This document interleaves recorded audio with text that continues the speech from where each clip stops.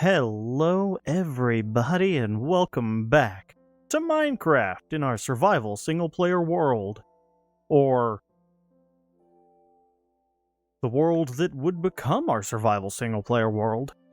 We just hit 100 subscribers on the channel, and I figured now was as good a time as any to take a step back and have a little more of a talky episode and reflect a little, do a little retrospective. Yeah. That fire we just put out, actually, I think that was a little farther back in. I don't think it was that close to the water. Interesting. Anyways, this is the seed that I used for making our SSP world, and if you're curious, in the seed box what I typed, doesn't need the slash on there, was wood horror. So that is the seed that I typed. The seed that this generates is that magic number there. We're going to verify that that's the same when we hop in to the regular SSP world in just a minute. But the world gen does appear to be a little different. We still have the water cave through there. We still have that cave there. First episode, I came wandering through these woods. I gotta look from, I don't know, somewhere around maybe over here of that area over there, and I thought, yeah, that's a good place to put in a starter house. Hi, buddy. I know. And, you know, that's where it started. When I started this world, I didn't even have plans to build a village in this area. The village has just kind of naturally evolved one build at a time. Well, we need a place to live. Well, I need a sugarcane and bamboo farm. Well, we really do need some villagers for an iron farm, so we got the villager breeder under the cliff there, and then we built the iron farm. It's like, well, you know, that should be attached to a blacksmith house, and we started building the upper cliff face to get our villager trading hall, being the primary houses in the village, and then that got too close, so we built a tunnel through the mountain and rebuilt our iron farm over there. This is a little different, actually. The cave from episode 1, where I just had a smash cut to me looking at a tree on fire. Still one of my favorite parts of that episode, actually. Hold on. Seat. That cave isn't in here, so there are a couple of little differences in the world gen, probably because this is a couple updates after when I first made the world, but still, it's mostly the same. You've still got the mountain with the calcite.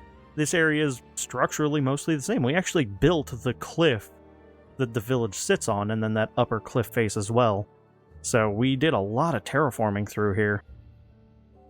The lighthouse and the bridge. Or not the lighthouse, the greenhouse and the bridge. The lighthouse over there and its bridge.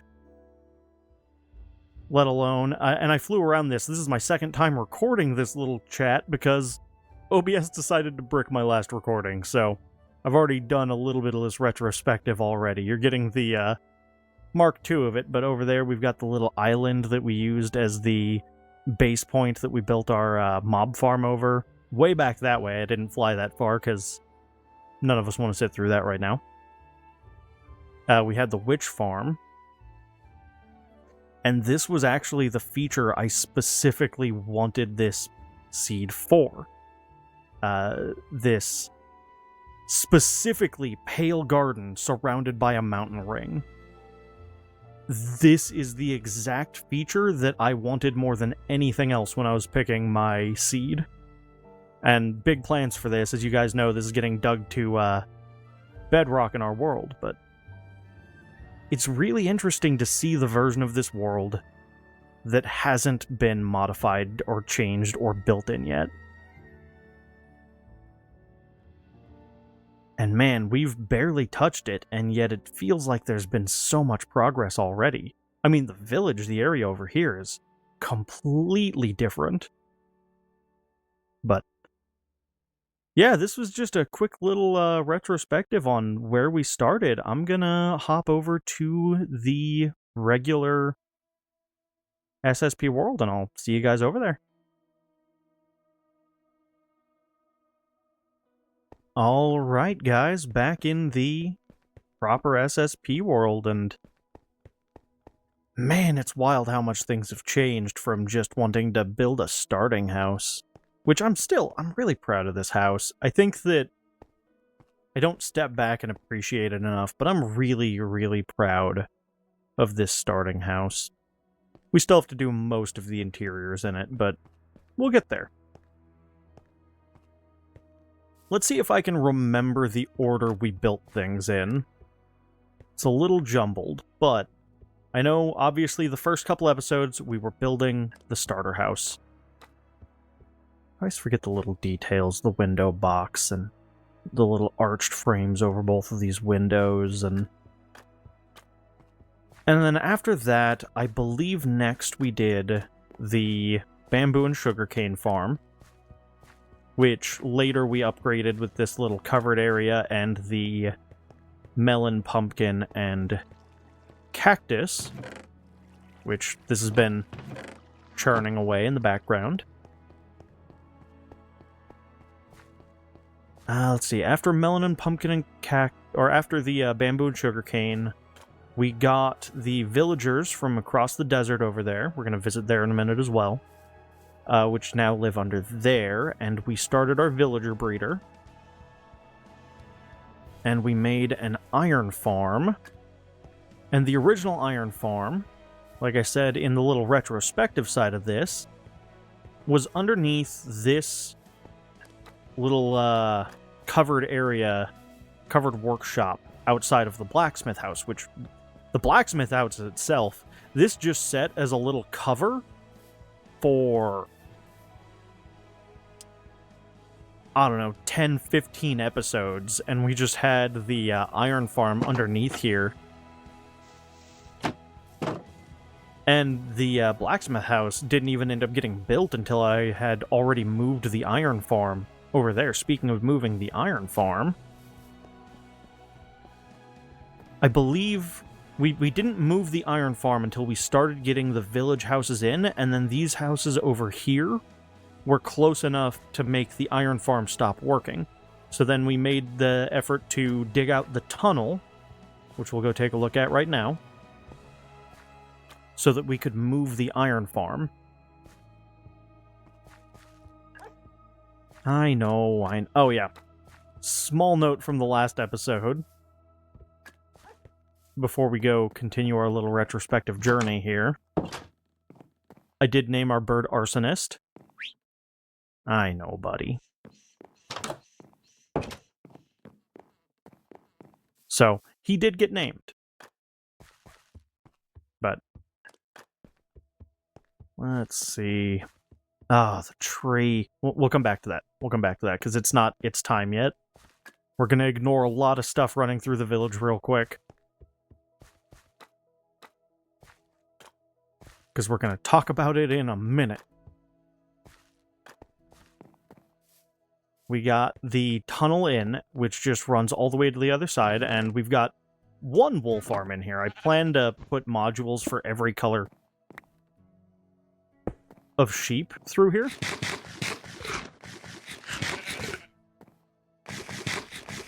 But it's just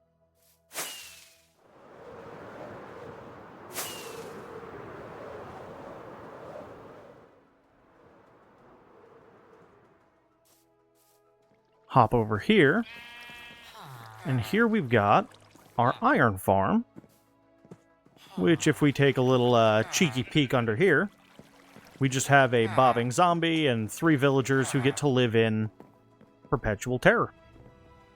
And by their perpetual terror, we get perpetual iron, right on time. And the entrance to the actual storage for the farm is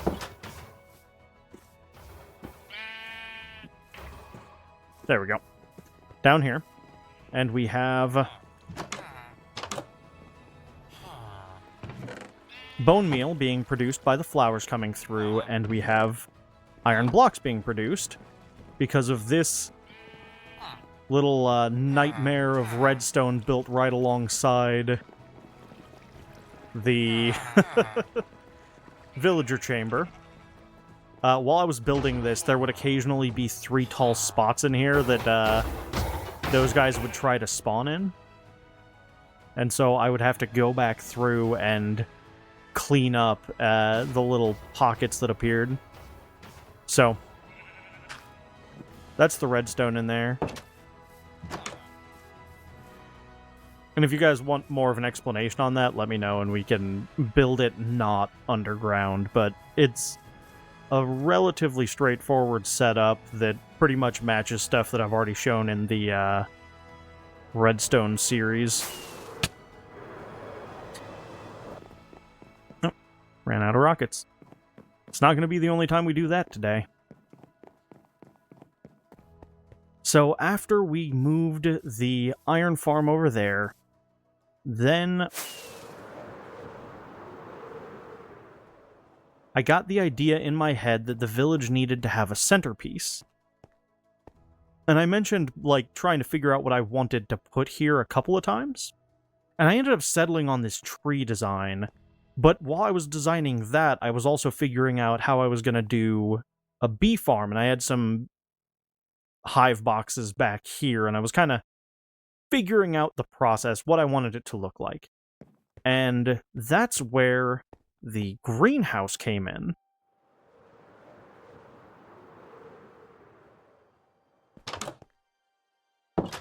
So the greenhouse, beautiful flower-filled place it is, has these hive boxes in this wall trim.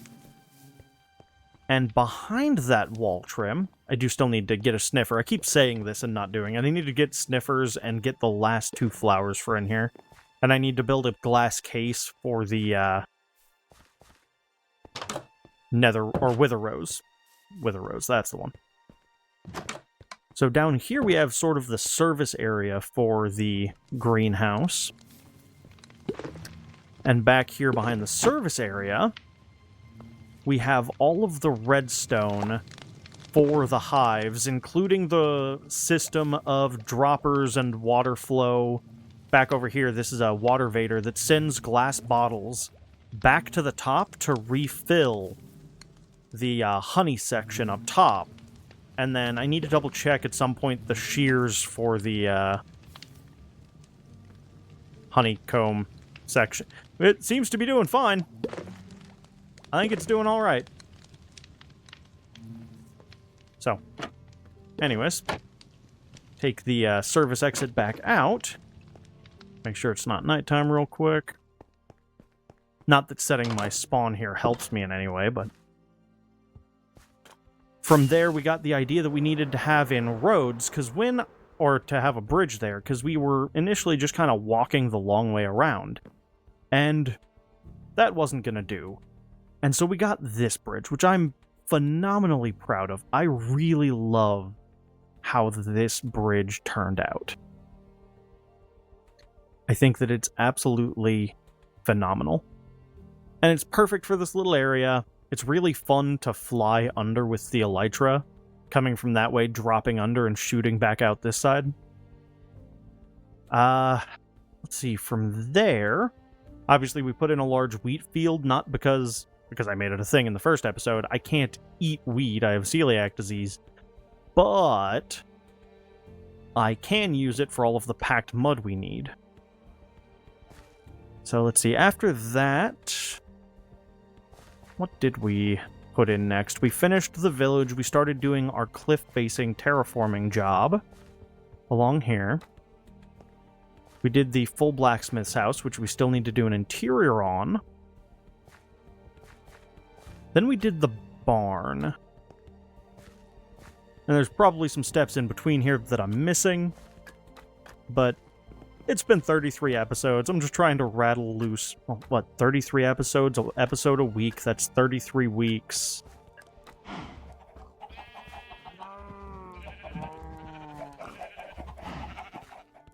That's a actually pretty decently long-running time so far. We got the barn in here, we got all of our animals in place, we have a pen here for our sniffers when we get them, as well as a few decorative touches, having some hanging tools. Man, the light through that white stained glass looks really good. Alright. And then after that, we had one of our Getting Lost episodes, I know that. Then we focused on a bunch of the road and infrastructure bits before doing the lighthouse, which makes a huge difference on the village's skyline. I love this lighthouse.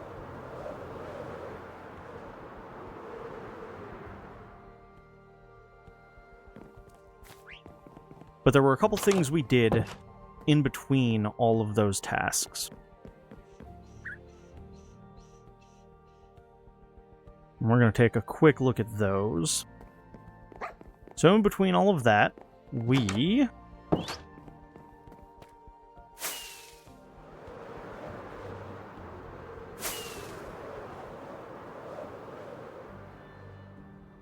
built a mob farm, which is just a large flat platform to cast darkness over the farm and to fall onto a large platform with magma blocks so that anything that manages to survive through feather falling enchanted boots will get killed by fire damage. So we have that back over here.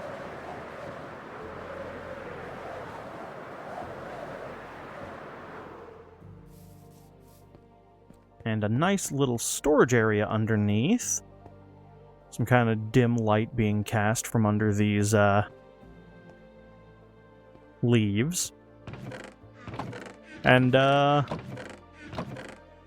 we have a lot of stuff that we're never going to have to worry about. This is kind of the catch-all chest, because, you know, you'll get some oddball stuff through. A lot of this stuff is the stuff we get from our witch farm. Because you're just never going to get enough redstone out of a general-purpose mob farm. But you will get enough redstone for a lifetime out of a witch farm. So let's go take a look at that real quick. How's my elytra doing? Oh yeah, we're doing great. Which is really good, because we're going to burn through this one and a couple of the backups before the end of this episode.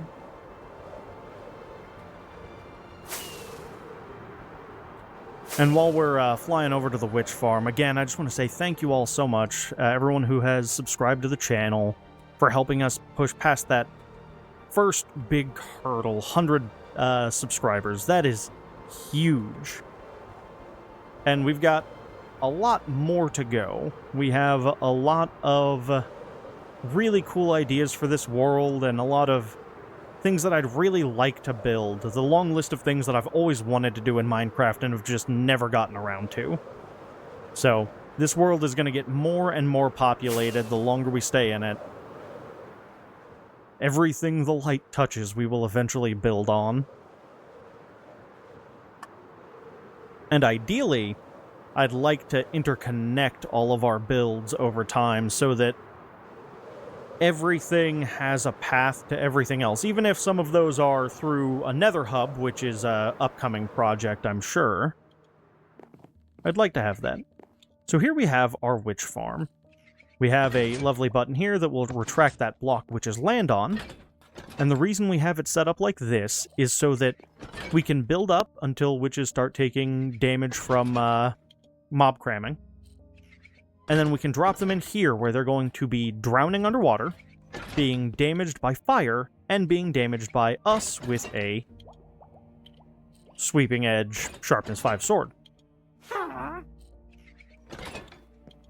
coming down? Come on, join the party. So, basically, because we're killing them with sweeping edge while they are underwater and while they are taking fire damage, they can drop health potions from being damaged generally, fire resist potions from taking fire damage, and water breathing potions from being underwater. We just have to wait for the water breathing from them going up the bubble column to wear off. So we have our output here for potions, here for sticks, spider eyes, bottles, sugar, gunpowder, glowstone dust, and of course, more redstone than we'll ever need. And that's after I've emptied a lot of it. And then this is the chest for witch heads, which we're not going to see anything through for a while, but that's okay. We have it here for in case. We should never overflow the storage on this thing, though. I don't spend a ton of time here. I pretty much stop by when I need specific materials. From there, though, let's head back this direction.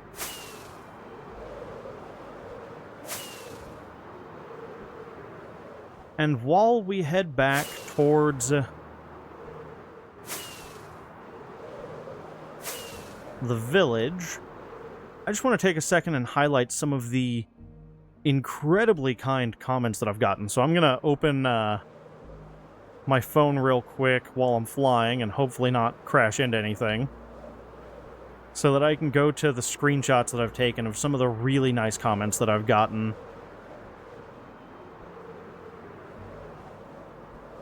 Let's see. Pretty earlier on, I don't even remember what video this was on, but nice comment from SS7 Stat. Fire video, bro. Keep up the good work. That was a nice one. It made my day. Let's see. I want to say Nionid? Nionidh.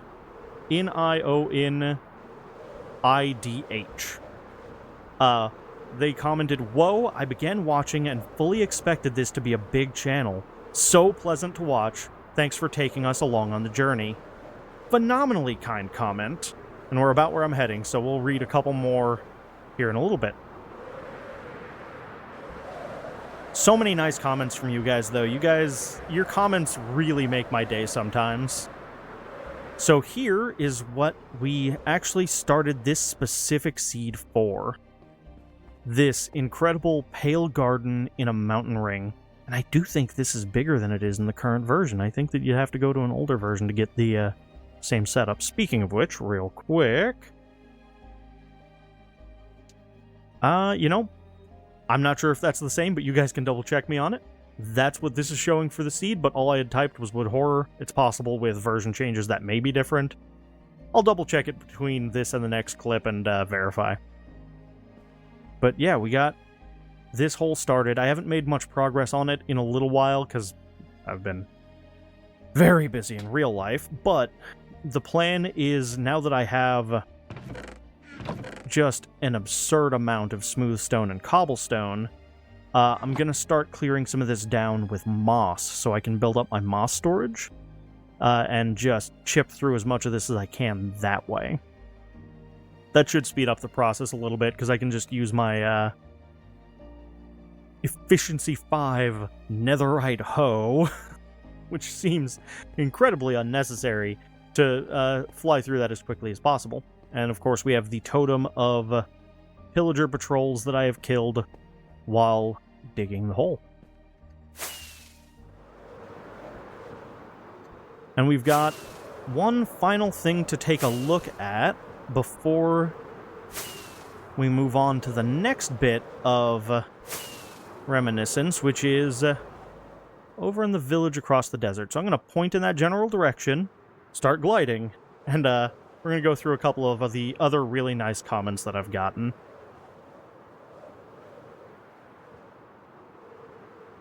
Okay. The DTFG, by the way, thank you, Daniel, for the invitation. Hey, bro, myself and a few smaller content creators have an SMP called Tower SMP. Was wondering if you would want to join. Again, Daniel, I really appreciate the offer, and the moment my schedule is less horrible, I will let you know, because I've been following what you guys are doing on the server, and it seems like you're having a lot of fun. So, again, thank you for the offer.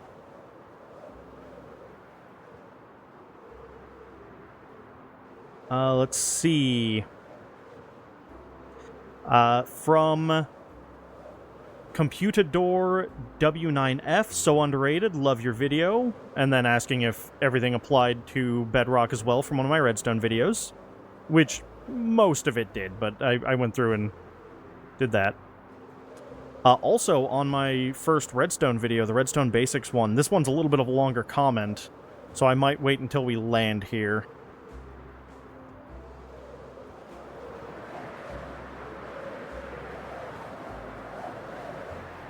just because we are about where we're heading. It's really nice being able to just set a camera angle and glide.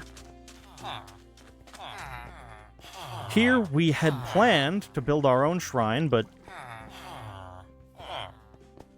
some guy named Zachariah beat us to it. So we should keep an eye out for more of his shrines in the future. But this was the dried brush that was just spawned in water for some reason. Wow, these guys are loud. We're out. Alright, and as I head back towards the village, we're going to try and read this longer comment. And this was also on the first of my Redstone videos, the Redstone Basics video, from Ponyboy Hilton 9103, said, "Bro, I have watched so many videos about Redstone trying to understand these components. This was by far the best explanation I have seen. I subscribe to your channel, would love to see how you combine some of these logic gates to make some simple machines." Incredibly kind. I really, really appreciate all of the nice comments from you guys. I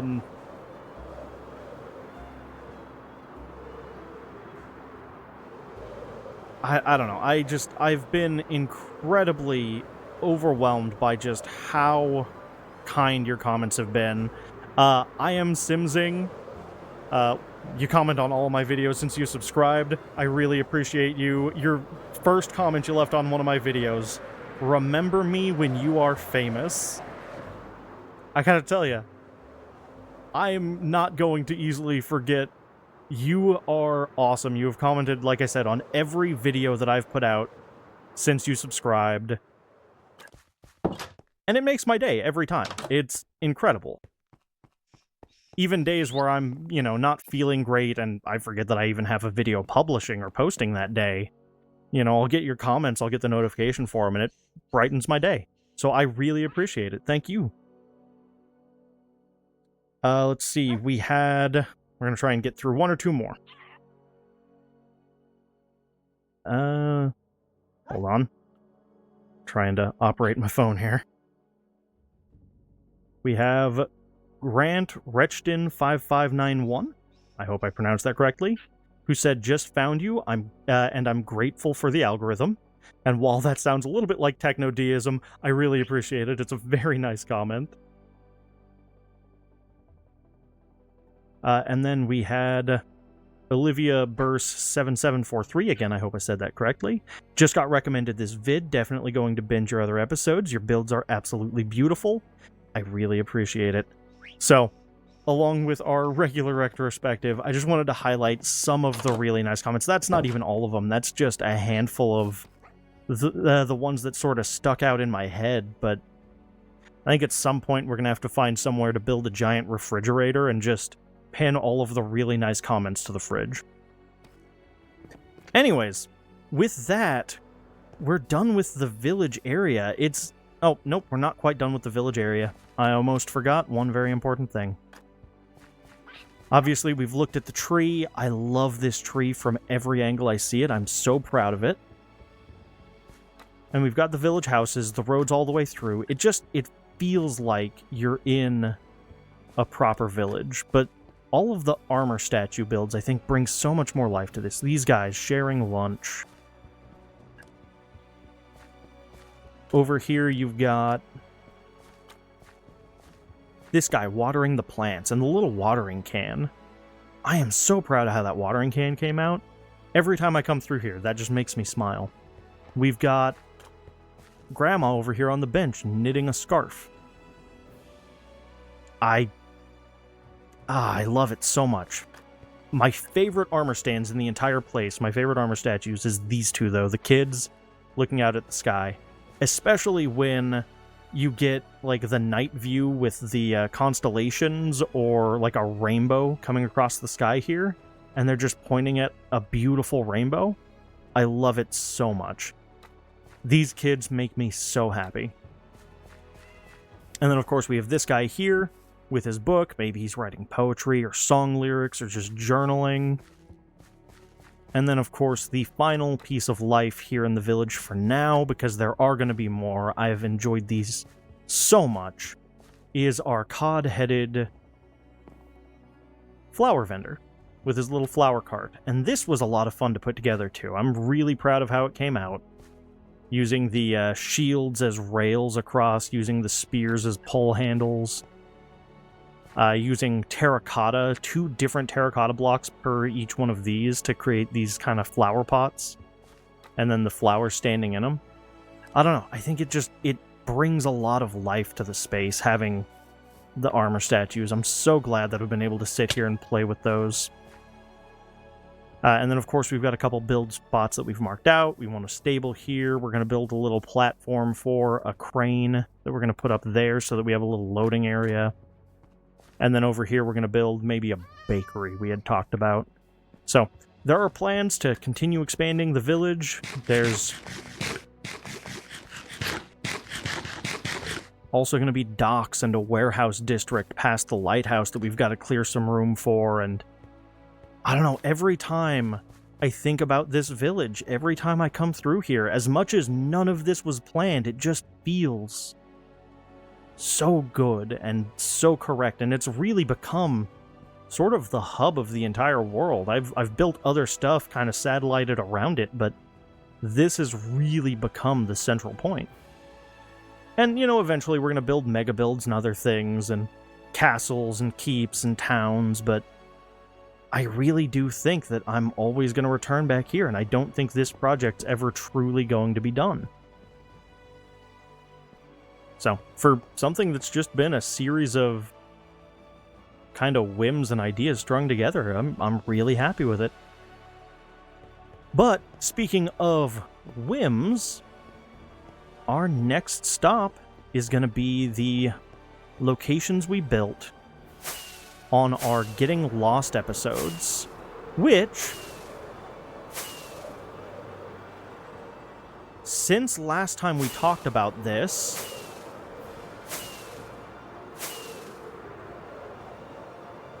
I actually returned out to the barge, the Getting Lost barge. So that path out that way goes to the beach house, and that path leads to the barge. And they're both 40-some-odd thousand blocks away. I also cut a path from the barge to there. So I have a clear path to follow to get there pretty easily, which I'm gonna need because I need to go back out there. But I need to grab some materials before we do that.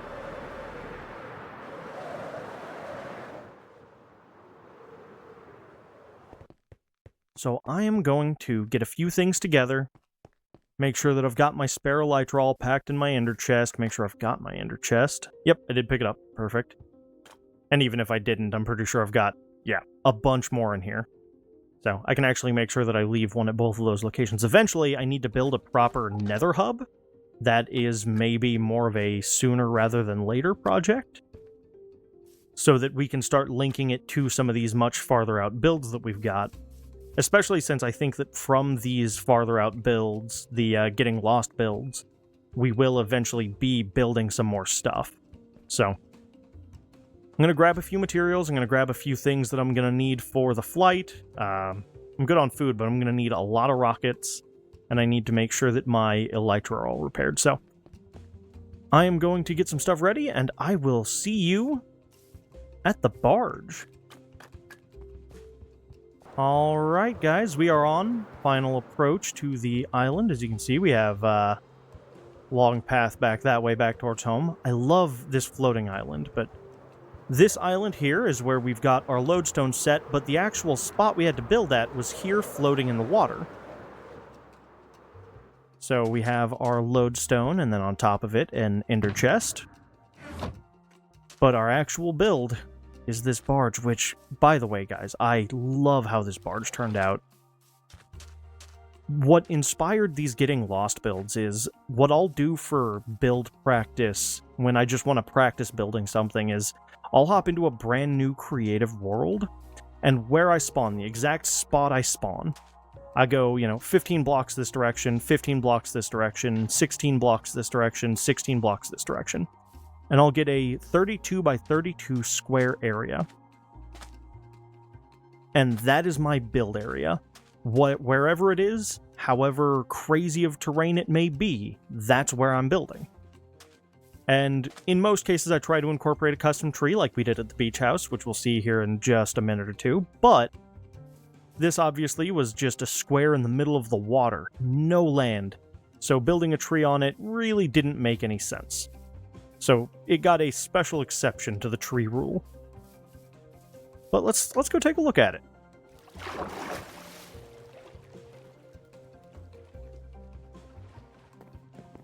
So we've got a lovely little sloped roof. We did these kelp blocks, dried kelp blocks at the front and the back as sort of a decorative color change. We've got an anchor dropped down here, which is, you know, it's a decent little anchor. But the barge itself, it's not a huge build. But it's just meant to be a little starter house, and I think it achieves that really well. I kind of wish I had dried brush, whatever they're called, the ones you get in the desert, to replace these with. I wish, not I plan to replace these with. I might come back with those at some point, but the entire point of this was building with what's available in range. And we still have a bunch of materials here. So at some point, we're going to build a nether hub, and we're going to link this spot, probably that island, with our nether hub, and then we'll do the same thing with the beach house out there. But, yeah, I don't know. It was just a fun little side chapter in our general adventure. Being able to stop and do something different for a minute. So, the beach house is way out that way, which is where we're going to head right now. I'm going to take off, and I will see you guys on the approach to the beach house. Alright, guys, with that, we are on our final approach to the beach house as well. And again, these are way far out, but that's kind of the point of them. You know, these are decided by random number, anywhere in a range from negative 50,000 to positive 50,000. They just both happen to roll very far negative. But this is kind of what I mean, you know, we have the custom palm tree, which I'm really proud of, especially having built it kind of freehand out here in the middle of nowhere. And then we've got what frankly looks like an ultra-modern supervillain house, but it also does just look like a really nice beach house, especially from out back here at these angles. I'm really proud of how this one turned out as well. I think that it's one of those things where I try to challenge myself to build in a different style every time I do one of these. There we have our lodestone for our compass. And on the downstairs we've got a nice little sitting area, couch with a little coffee table. A little, kind of micro kitchenette area, mostly storage, a little bit of prep space. A couple of paintings down here. And then this upstairs area is almost like a mini art gallery out to the balcony. And then into the bedroom, you again have a couple of these nicer paintings. I really like this one. I don't know, that's just a really, really good painting. And yeah, you just have this, like, minimalist art gallery bedroom overlooking this huge rounded window out across the bay. Honestly, I can't wait to get this linked up with the nether hub once we get a nether hub built. And just kind of connect in, you know, our barge and this area, and be able to start building out in these areas as well. But really, these are just a matter of a lot of times you can work on the same thing and look at the same thing for so long that it kind of starts to lose meaning. And by just giving yourself that break, stepping away and doing something completely unrelated, I don't know, I find that I always come back really energized to get back into the project. And the village is far larger in scale of a project than I ever expected it to be. I expected to just build a starter house there and kind of move on and get on to the first mega build idea I had, but more and more over time, that village just keeps growing, and I just keep loving it more and more. So, I'm really, really excited to see where it goes in the long term. But, for now, guys, I know this has been a little bit of a retrospective talky one, but we're going to call this episode here. Thank you so much to everyone who subscribed and who's left comments, and even the ones that I didn't get to. Just know that I really appreciate all of the incredibly kind comments that I've gotten. I just don't have all of the time that I would like to be able to sit and highlight all of them, but at some point, I will be putting all of the incredibly kind comments you guys have put somewhere in this world to sort of live forever in it. Know that I really appreciate you guys. Thank you so much for pushing us to, and now beyond, 100 subscribers. We're at 101, as of me recording this at least. So, again, I owe you guys an incredible amount of thanks. This is something that I've just been doing for the fun of doing it, and knowing that it's bringing any amount of positivity to anyone else really means a lot to me. So, with that, thanks so much for coming along on the adventure, guys, and I'll see you in the next one. Bye-bye!